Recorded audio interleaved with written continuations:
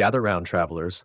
Welcome to the Haunted Legion. Here, every whisper in the dark, every creak in the floorboards, and every shadow in the corner tells a story. I'll be your guide through forgotten legends, haunted places, and chilling mysteries that refuse to be forgotten. So light a candle, steel your nerves, and step into a world where the past never rests.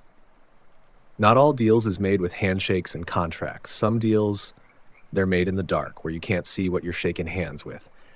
Name's Waylon Pierce. Ran my still out past Hollow Rock, a great big chunk of stone split in the woods like God dropped it from the sky. Folks say it's cursed, that if you knock 3 times after midnight, something knocks back. I didn't believe them. Not till the drought came. It was a bad summer. Creeks dried up, mash spoiled faster than I could brew it, and the law was sniffing too close for comfort. I was hurtin', desperate. And desperate men, they do desperate things.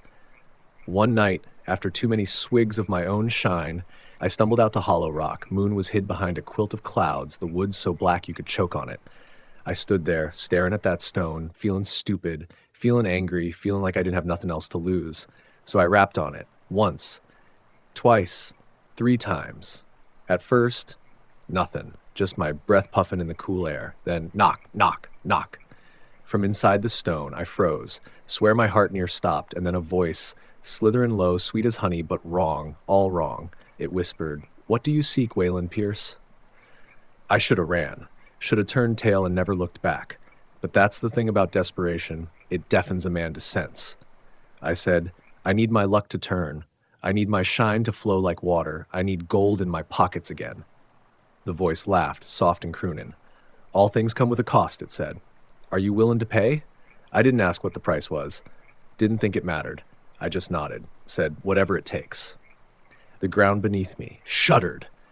The stone split wide, a hairline crack at first, widening like a smile, and from that crack poured smoke, thick, greasy, smelling of burnt hair and old blood. Something stepped out. Not a man, not an animal, something wearing skin like a coat, stitched too tight. It touched my forehead with one long black claw, cold as winter death. "It is done," it whispered. Then it slithered back into the crack, and the stone closed up behind it, leaving nothing but silence and the smell of burnt meat. Next morning, my mash was pure. Clear as spring water, the jugs sold faster than I could fill them. Money rolled in, lawmen stopped sniffing, even the rains came back. I was king of the ridge, for a while. Then the dreams started. Dark dreams. Dreams of hands, hundreds of them, reaching up from black water, grabbing at me, dragging me down. Dreams of hollow rock, splitting wider and wider, something calling my name from deep inside. Waylon. Wayloon. And every morning when I woke up, there'd be something left at my door. A dead bird, a withered branch, a doll made of straw, its mouth stitched shut. Warnings, promises. I tried to quit, swore off the still, smashed my jugs, burned my mash barrels to cinders. Didn't matter. The deal was struck. The cost was coming due. One night I heard knocking at my door. 3 knocks. Slow, heavy, just like at Hollow Rock. I didn't answer. Ain't a fool all the time. But when I peeked through the window, there it was, standing under the moon, grinning wide, black eyes gleaming, holding a jug of my own shine, full to the brim with something red. It lifted the jug, tipped it in a toast, then it pointed at me. I packed what I could and ran that very night.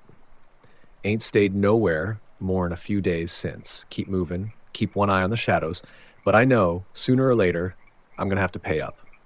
Deals made in the dark don't never get forgotten, and Hollow Rock's still standing, waiting patient, waiting for me to knock again. Ain't nothing worse for a moonshiner than a bad batch. Means lost time, lost money, maybe even a night in the county jail, but sometimes it's worse than that. Sometimes it's real bad. Name's Dalton Kress. Been brewing out these hills since before I could shave. Always prided myself on making the cleanest, smoothest shine west of the river. Folks from 3 counties over would trade good money, and sometimes even better secrets for a jug of my white lightning. But the night I ran the Hollow Creek batch, I cooked up something else. Something I didn't mean to. Something that ain't never left this ground since. It started simple enough. New water source, a cold spring up near Devil's Backbone, clear as glass, cold as the grave. Figured it'd make the shine even sweeter.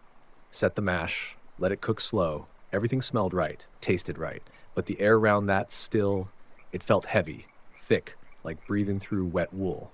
Shoulda known then. Sold the first run to the usual boys at Murdoch's. They was thirsty, paying good, and at first they couldn't get enough. Laughin', hootin', drunk as lords.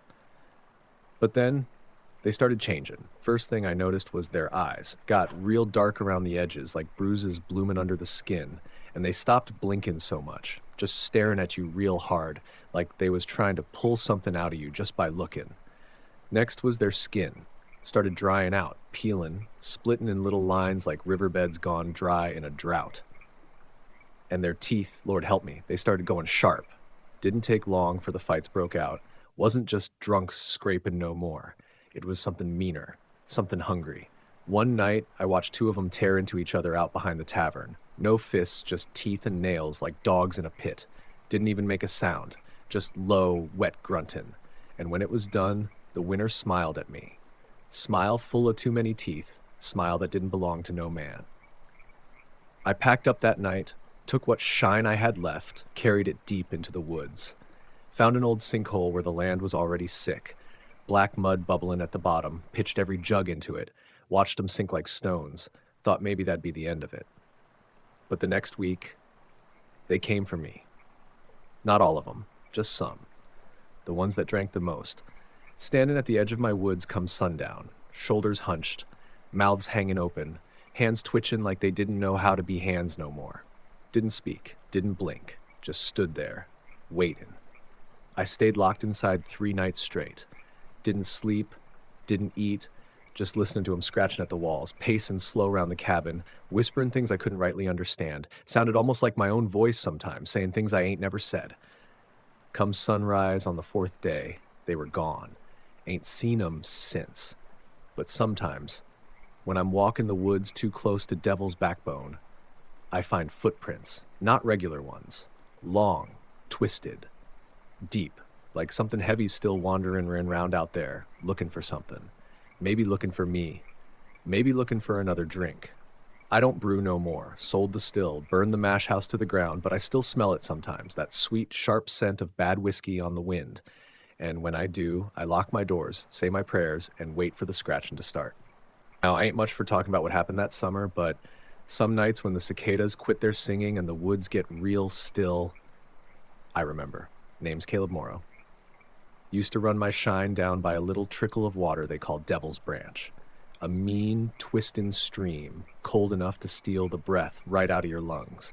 Locals say it got its name, 'cause nothing but bad ever come from setting foot too close. But back then I figured I was smarter than superstition. Thought the woods was just woods. The dead stayed dead. And the living, well, we kept our heads down and minded our business. I was wrong. It was a August night, heavy and thick, the air sitting on my shoulders like a wet wool blanket. I had just finished a big batch, best I'd ever brewed, and I was hauling 3 jugs up to meet a man over near Millstone Bluff. Moon was riding low, orange like a burnt penny, and the bullfrogs down by the branch was croaking something fierce. I took the deer path, same one I always did, cut through the pines, across the branch, up the rise to the bluffs. Done it 100 times, could walk it blind. But that night, soon as I set foot near the water, something changed. The frogs stopped, the crickets quit. Whole world sucked in its breath like it knew something bad was coming. And then I heard it. A laugh, low, wet, like something gargling creek water and coughing up a soul. I stopped cold, peered into the dark, lantern throwing little jittery light across the water. Something stood on the other side, tall, crooked. It weren't no man, least not no man God made. Its arms was too long, knees bent backwards like a deer that'd been broke wrong. And its head, Lord help me, its head was hanging sideways like it didn't know how a neck's supposed to work. It started whispering, not words, just sounds. Clicking, gasping, hissing like a mouthful of broken teeth trying to speak. I backed up slow, real slow, not wanting to splash or make a sound. But them woods was watching me. I could feel it, like 1,000 blind eyes staring from the dark.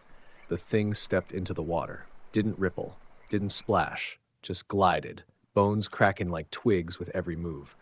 I turned and ran, jugs banging against my thighs, heart hammering so loud it near drowned out the sound of them bones clicking behind me. Branches tore at my face, ripped my shirt clean open, but I didn't stop. Wouldn't. Couldn't.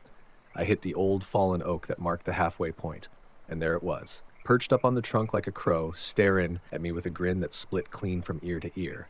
How it got ahead of me, I ain't got answers. Only thing I knew then was that I was dead if I didn't keep moving. I dove off the trail, sliding down the ridge, jug smashing against the rocks, spilling sweet mash all over the ground. Didn't care. Shine don't matter if you're dead. I could hear it coming after me. Faster now, bones snapping, teeth clacking, laughing that broken, awful laugh. I saw the old still sight up ahead. Been abandoned years before, nothing but rusted metal and memories. Made for it, slammed my back against the half-rotted barrel, shotgun raised high. Waited till my arms burned, till sweat poured off me like rain. The woods went silent again. Then, from the trees, it spoke. Not words, no. It stole a voice. My granddaddy's voice, long dead these 20 years, said, "Boy, you come home now. Time to sleep." I near dropped my gun, 'cause granddaddy's voice was strong and sweet, but behind it was a low, guttering echo, like a wolf trying to sing hymns. I knew then, deep down in my gut, that if I so much as blinked, it'd take me, take my voice, take my body, wear me like Sunday clothes. I did the only thing I could, took a match from my pocket, struck it on my boot, and set the whole spill of shine on fire. The woods lit up like hell had burst through. Flames climbing trees, licking the sky, and in that firelight, I saw it plain. No face, no eyes, just a wide weeping grin. It screamed, a sound like a hog dying slow, and it fled back across Devil's Branch, back into the dark, burning and shrieking and crying like a child lost in a storm. I don't run no more shine down there, ain't nobody does. The wood's too angry now, too awake. They say you can still hear laughing down by the branch some nights, wet and broken, begging you to cross the water to come home, but don't. You cross that water, you ain't coming back. Now, every man that runs liquor out here's got to have a good dog. One that'll sniff out revenuers before they get too close. One that'll guard the still when you're sleeping light. Mine was a blue tick coonhound named Rufus, smartest dog I ever seen. Mean as a stepped-on rattler to strangers, but loyal to me like blood. Saved my hide more'n once, till the day he didn't. Till the day he brought something home he shouldn't have touched. It started in late fall. Air turned sharp enough to skin a man, and the woods went quiet. Too quiet. Even the crows didn't caw. Even the rabbits stayed hid. I was running my still up in Devil's Pocket, a patch of woods no God-fearing man ever liked to tread. But it was tucked deep, far from prying eyes, and the money was too good to say no. Rufus always roamed while I brewed, keeping watch. But that day, he started digging. At first, I didn't think nothing of it. Dogs dig. It's what they do. But Rufus weren't digging normal. No, sir. He was frantic. Paws flinging dirt like he was trying to reach hell itself, growling low in his throat, eyes rolling wild. I called him off, cussed him good, but he just kept digging. And then he hit something. It weren't no rock, weren't no root neither. I heard it, a hollow thunk, like striking a coffin lid. Rufus yelped and stumbled back, hackles raised, tail tucked.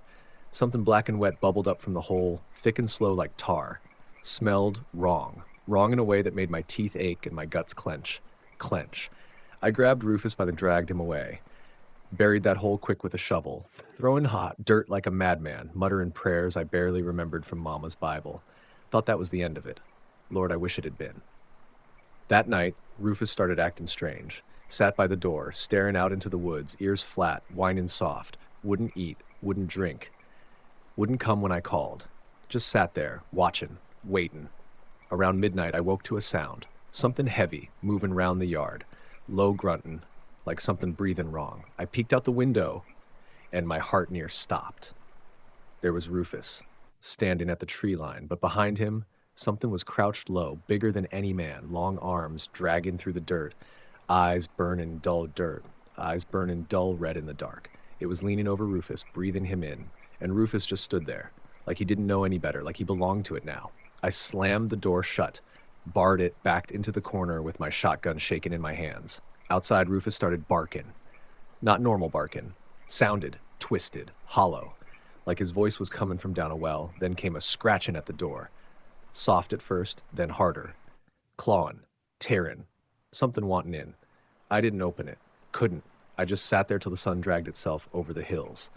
When I finally cracked that door, Rufus was gone. No tracks, no blood, nothing. Just that smell, thick and oily, hanging in the air like a noose. Folks say they still see Rufus sometimes, lurking at the edge of the woods, looking the same, but not right. Eyes too black, mouth hanging open and a grin too wide for any dog, moving like something pulling his strings from underground. And if you hear him bark at night, best you don't answer, 'cause what follows ain't your dog, and it don't come to play fetch. Now, I reckon y'all don't know me, but folk round these parts, they used to call me Holler Jack. Ain't 'cause I did much hollering, nah, it's 'cause I used to run my shine deep in Widow's Holler about 3 ridges over from Carter's Creek. Back in them days, my still was my pride. Copper pots gleaming in the moonlight, mash bubbling, sweet like a hymn. But let me tell ya, them woods, they got old blood in 'em. Things don't sleep easy out there. Now, one night, must have been late October, fog so thick it choked the crickets to silence, I packed up my jugs and set out for the ridge trail. Had a meetin' set with old man Harker, feller who ran spirits across the county line.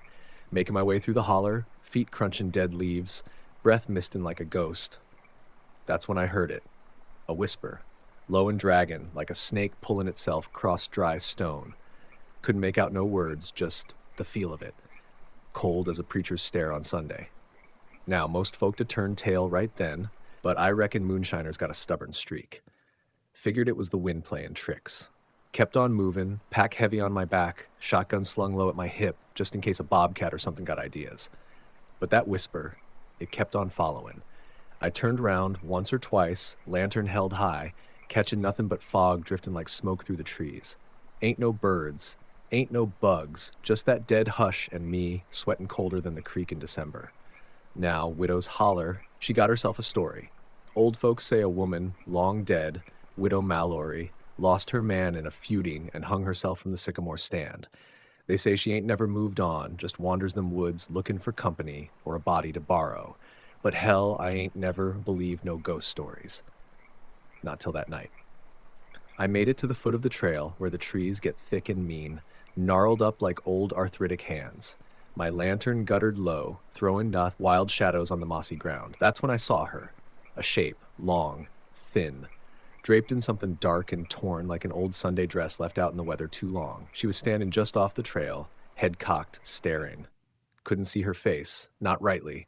It was all shrouded up in that mess of hair. "Who's there?" I called, voice cracking like dry timber. No answer, just that soft, dragon whisper. Something in me, some old, half-drunk instinct said, "Don't move." But you know how a man gets when he's more scared of being called a coward than being dead? Yeah, I took a step closer. "Miss, you lost out here?" I asked, slow and careful. Still she didn't move, didn't breathe, just staring with that heavy, hungry stillness. I lifted my lantern higher, the light catching a flash of something. Not skin. No, bone. Bare, gray bone where her hands ought to been. Long fingers curling like she was wrapping them around an invisible throat. I stumbled back, dropped my jug. It smashed at my feet, the smell of corn mash blooming up sharp and sweet. She moved then. Not walking. No. Gliding. Straight at me. I ran. Like hell's own dogs was snapping at my boots, I ran. Branches tear at my arms, roots snag at my toes, fog blinded me every step. Behind me, that whisper turned into a hiss, loud, hot, full of hate. I didn't stop till I hit my still. It was tucked back in a thicket, hidden from lawmen and worse. But even there, I felt it. The wrongness. I fumbled at my shotgun, heart hammering so hard it near drowned out the silence. Loaded it, hand shaken, waited, lantern low, eyes darting to every crack of branch, every sigh of wind. An hour must have crawled by. Maybe 2. Nothing. Finally, I dared to think maybe it was over. Maybe I'd scared her off. I reached for my jug, my last good one, and took a hard pull, the burn steadier in my nerves. But then, from behind the still, that whisper. Close. Real close. I swung the lantern round, shotgun up, and there she was. Not 10 paces away. Grinning. A mouth too wide, teeth like broken glass. Eyes, sweet lord, eyes black as a well with no bottom. She reached out them bony hands, slow, patient, like she had all the time in the world, and whispered my name. "Jack!" I pulled the trigger. Boomed through the holler like Judgment Day. Smoke filled my nose, my eyes. When it cleared, nothing, just the still and the dark and the stink of burnt powder. She was gone. I packed up that night, left the still to rust. Ain't been back to Widow's Holler since. Won't neither. Ain't no shine worth crossing paths with what waits out there. Some nights, when the fog rolls heavy and the whippoorwills fall quiet, I still hear her, calling my name. Soft, patient, waitin'. A man who knows the woods knows there's things out there you don't chase, no matter how curious you get, no matter how they call to you. I forgot that once. Only once. And I'm still paying for it. Name's Elias Boone. Been running whiskey near 20 years through the hills and hollers of Pine County. Knew every deer path, every dry creek bed, every stone that could twist your ankle. But there's one place. One I didn't go. Bitter Hollow. Old-timers said it was cursed ground. Said folks that wandered down there after dark never come back the same. If they come back at all, I always figured that was just talk. Scare stories to keep young'uns close to home. Until the night I saw the lights. I was working late, still bubble jumping steam rising from my mash pot like breath from a dying horse. Moon was hid. Night was thick enough to chew. That's when I seen 'em. 3 lights floating through the trees. Soft, blue-white, dancing slow like they was calling me. First I thought it was foxfire, or maybe some fool boys with lanterns. But it weren't right. Lantern light don't move like that. Lantern light don't hum low like bees buzzing inside your skull. I should have stayed put, tended the still, but something pulled at me, soft, gentle, whispering in the back of my head. Come on now, just a little closer. I grabbed my shotgun, more out of habit than sense, and crept after the lights, through the trees, down the old deer trails, deeper and deeper, till the woods started changing. At first it was little things. The trees too tall, too twisted, bark black and wet, the ground too soft underfoot, like stepping on rotten carpet. The air thick and sweet, not like pine and earth, but like flowers left too long in a closed-up room. The lights kept floating, always just ahead, just out of reach. I called out, "Who's there?" My voice didn't echo. It just sank, like a stone dropped in a bottomless well. After what felt like forever, I stumbled into a clearing. Wide open under a stretch of sky I didn't recognize, stars hanging too low, too bright, too wrong. And in the center of that clearing, there was a still, not mine, older, crooked, rust eaten through it like termites through wet wood. Mash barrels cracked open and spilling something black into the dirt, smelling of copper and rot. And standing around that still was folks, or what was left of them. Faces pale and slack, eyes hollow and staring, skin hanging loose like they was sacks of wet flour, and every single one of them holding a jug, holding it out to me. I backed up slow, mouth dry as dust, heart hammering in my ears. One of them, a woman, hair hanging in strips like Spanish moss, stepped forward. She smiled, cracked lips splitting wider than they oughta. "Drink," she whispered, voice dry and flaking like dead leaves. "Drink and stay a spell." The other lights hovered around me now, buzzing, popping soft like soap bubbles in a graveyard. I dropped the shotgun, turned, and ran. Branches tore at me, roots reached for my boots. The woods, they weren't woods anymore. They were watching, breathing, shifting to keep me lost, but somehow I broke through, fell flat on my face back at my own still, chest-heaving, lungs screaming for air. The lights, gone. The woods, silent, but the smell, that sweet rotted flower stink, it clung to me. I packed up and left that patch of woods the next morning. Ain't been back since. But sometimes, late at night, when the fog rolls down the ridge, I see 'em. 3 little lights, floating, dancing, waiting. And I hear that voice again, whispering soft through the trees, "Come on back, Elias Boone. We saved a drink just for you." You live long enough in these hills, you learn one thing sure as Sunday. If you find a place you don't recognize, you turn round and leave it be. Especially if it looks like somebody's waiting for you. I forgot that once. Only once. It was early spring. Fog thick as buttermilk. Still cold enough at night to make your breath hang in the air like ghost smoke. I was scouting a new spot for my still. The revenuer's been sniffing too close to the last one. Hiked up near Black Hollow, a place the old-timers called Hunger Gap. Said the land there never grew nothing right. Said it was hungry. Didn't pay that no mind. I was more scared of the law than old wives' tales. Now, I've been through those woods plenty. Knew 'em like the back of my own calloused hand. But that night, the trees were wrong. Closer together. Bent over like they was whispering to each other. And the ground was soft. Squelching underfoot like I was walking over something that didn't want me there. I pushed on anyway, and that's when I saw it. A still, just sitting there in a little hollow, copper shining slick in the moonlight. Mash barrels full to burstin', steam curling me up gentle into the cold air. Fire popping low beneath the pot, smelling sweet and sharp. Thing was, I ain't built it, and I sure as hate ain't never seen it before.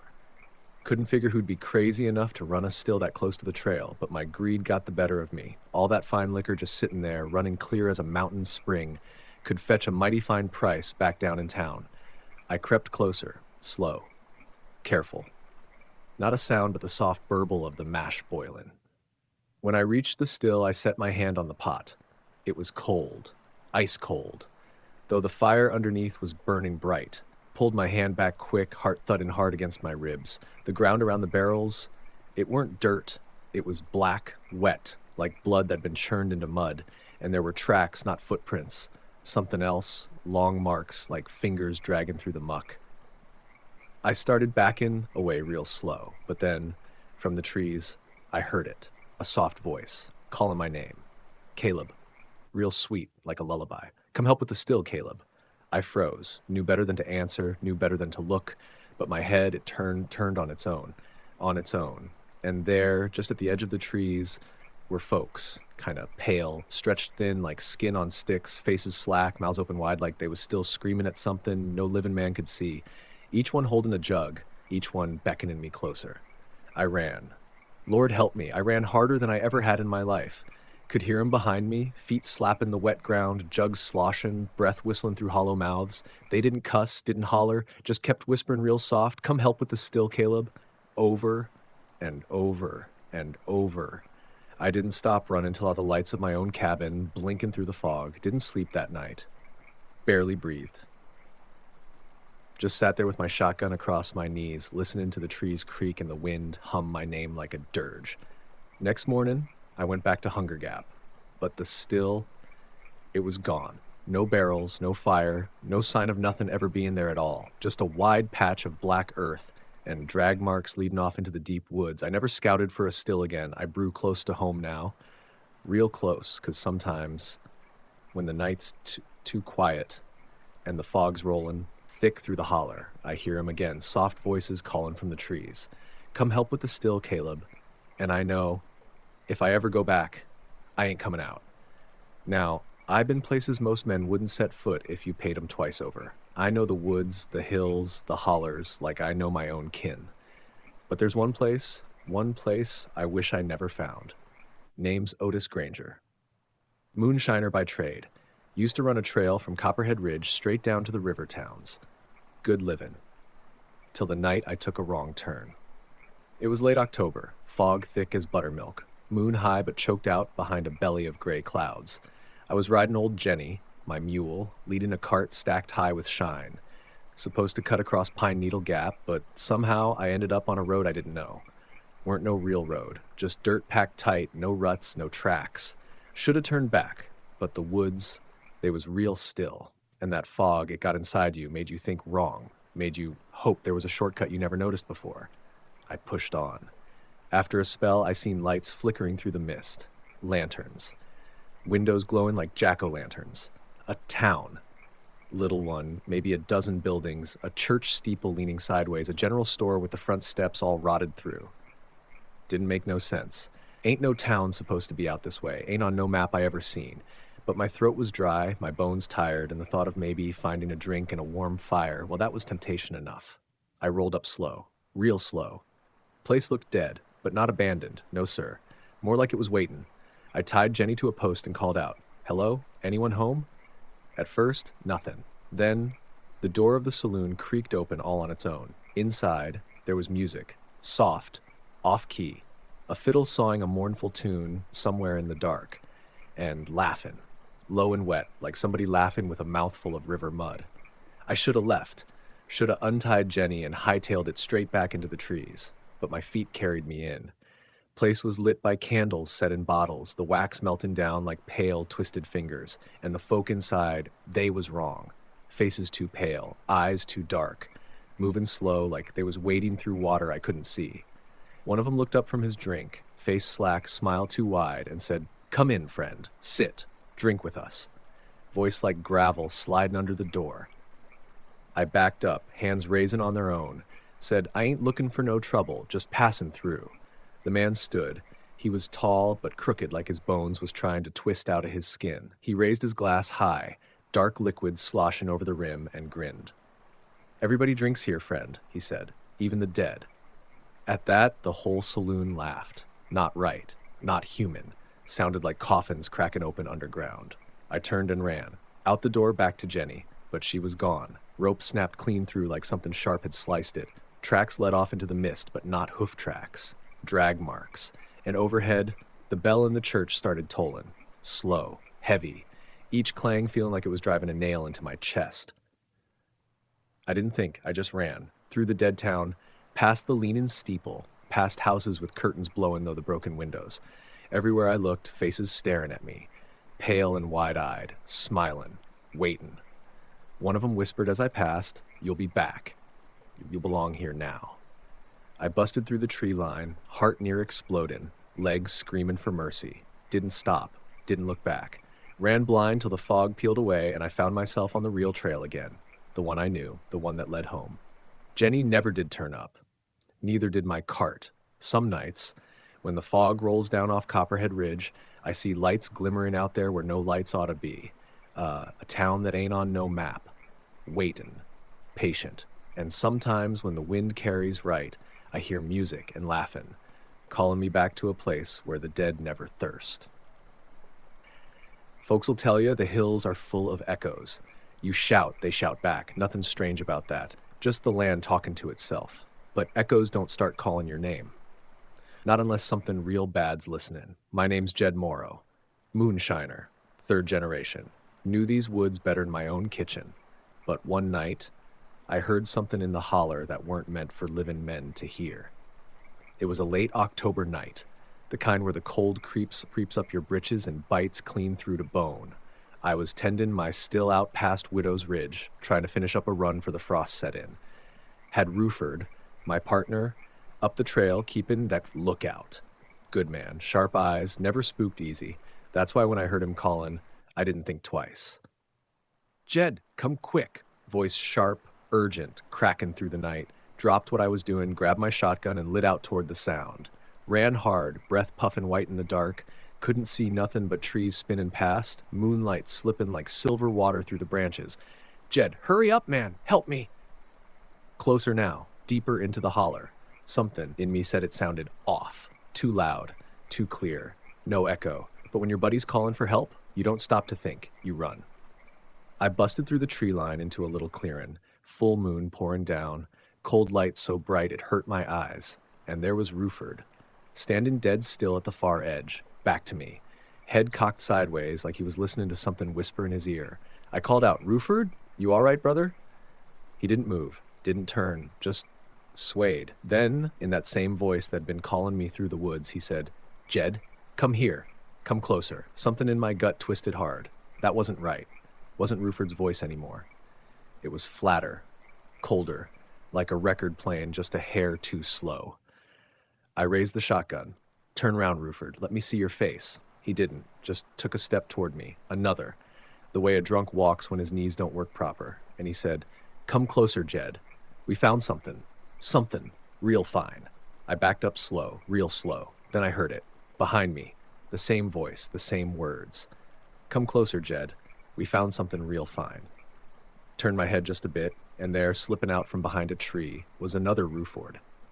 2 of them now, both smiling, both walking wrong, both mouths moving too slow for the words spilling out, and from the woods, from every direction, more voices. Mine, Ruford's, Mama's, voices from my childhood, voices from the grave, all calling, all telling me to come closer. I did the only thing I could. Dropped the shotgun, turned, and ran. Branches whipped my face. Roots grabbed at my boots. The woods howling with voices not my own, some laughing, some begging, some cursing. All wrong. I didn't stop till I burst into my cabin, slammed the door, and braced it with every piece of furniture I had. Sat there till sunrise, shotgun shaking in my hands, heart pounding so hard I thought it might rip out of my chest. Come morning, I went looking for Ruford. Found him. Dead. Stone cold. Face twisted in a scream I ain't never been able to forget. Hands tore up bad like he'd clawed at the ground trying to get away from something. No tracks, no sign of a struggle, just him, and that feeling like the woods was watching me. I left Widow's Ridge that very day, ain't been back, won't even drive past it, but sometimes, when the wind's right, I hear Ruford calling my name out of the trees. Jed, come closer. And I keep walking, head down, heart pounding, 'cause I know if I listen, if I turn back, I won't come out of those woods neither. Thanks for wandering with us tonight. If the darkness spoke to you, tap that like and subscribe before it slips away. If you've got a story, leave it behind in the comments. We'll find it. We always do. Till we meet again, keep watching the dark. It's already watching you.